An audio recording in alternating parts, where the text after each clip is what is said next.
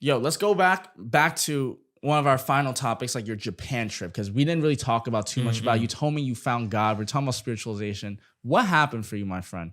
Um, Japan was great, man. Like I would describe Japan as like a more operating and functional New York. It was like a New York V2 version 2. Yeah, New York version 2 just upgraded. Okay. Everything is like Before you got into Japan, what was like your headspace like? Because I'm sure you were pretty spiritual already, but like, what was like you go into Japan? What were you thinking before that? what I was thinking before that. Before going to Japan, I just didn't know what to expect. But before going to Japan, I was super overworked. You're and overworked, burnt and out. like I just needed, and like I was burnt out, and like I was more on the fearful side because I was lacking clarity in like other parts of my businesses, and I was trying to figure out how can I balance everything. He was overwhelmed. I was overwhelmed. You were burnt out. You were working like 12, 13-hour shifts, constantly rotating. You felt like you were putting so much input, but the output wasn't as much as you like. And overall, you just felt a little burnt out over constant stress of work. Then you go into Japan, find that it's a New York V2, found some deers, led you to a temple, which I want to really just talk about that. So this deer park and this great Buddha hall is in Kyoto. Freak happened. So it's not Tokyo. Tokyo is more city. Kyoto is more countryside. Right. I remember. It was a journey getting to the temple. You had to go to, obviously, like you had to take like a very complex network of train systems in Japan, which are super like on time, very functional, Okay. very orderly, right? And then you had to go through like this deer park, and then you go through like several temples that lead you to like a more religious and cleaner grounds, which leads you to like a the Great Buddha Hall, So I'm going through this, it was like a movie. I'm going through this park of deers. All the deers are bowing down to everyone. Okay. And then you Deers walk. in Japan bow down to you? Yeah, That's cool. But they will attack you if you have crackers. Like Okay. just be careful when you go to Japan. And then you're led to this, walkway which leads to the Great Buddha Hall, and it's like a large walkway, right? And this shrine temple, it's like humongous, man-made, built like 800 years ago. It's the size of like a block. A regular block in New York City is the size of that whole width. Okay. Seeing that in front of your eyes is like, holy crap. I'm looking at like it's super beautiful. It's super grand, and you're just at all. You're left speechless with how big it is. Okay. You walk inside, you see the biggest Buddha statue you've ever seen in your whole entire life. Okay.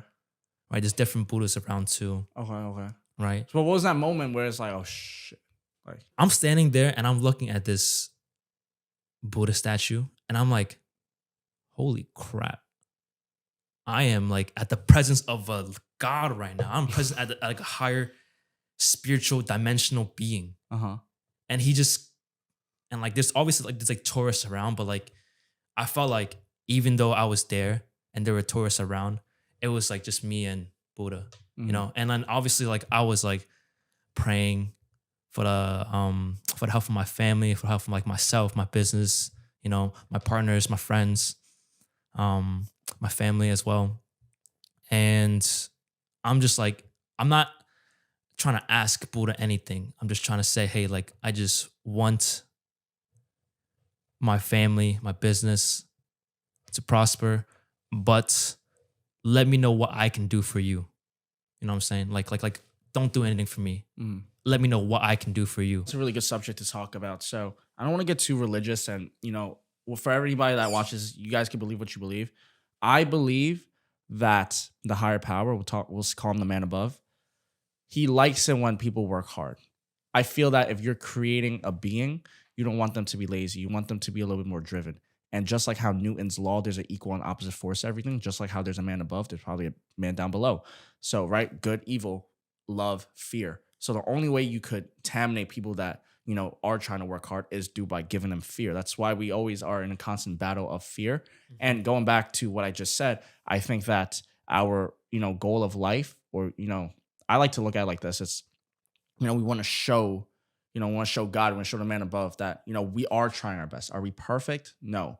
But I'm trying my very best. I'm doing what I think I'm supposed to do, and just do that, man, you would be surprised how giving he could be, man. I have never met anybody that really wanted a six pack and has not gotten it. Anybody that talks to me and tells me that they want a six pack but they don't have it yet, I look at it as you just don't want it bad enough. Anything you want in life, if you work genuinely hard to obtain, you will be able to get it. Whether that's business, whether that's the girl, whether that's the physical body. It might not be fast, might not be easy, but that's why most people don't have it, right? Mm-hmm. But the point is, if you could go into the position of like, you know, instead of trying to take, right?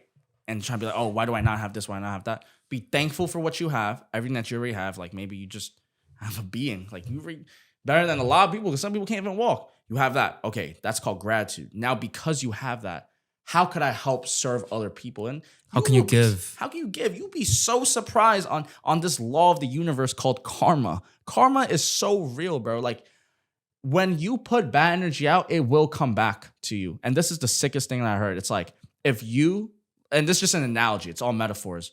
If you cheat on somebody, that person that you cheated on might not necessarily hurt you back.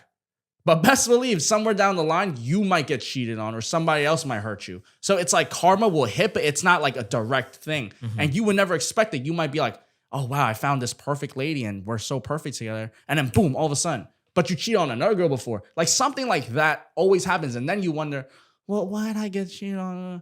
Because, you know, guess what, guys? That shit happened to me. So how life humbles you. And I hope you guys could take that from my experience so you guys don't have to, you know, go through it. Yo, bro, karma is real. If you don't believe me, go all to you. Go try, do whatever you like. Put some bad energy out, see what happens. But here's the thing. If you put good energy out, good things also happen. So Good thing may also happen. May also happen. That's a good one. May also happen. But generally, if you work very hard on something, you will get it.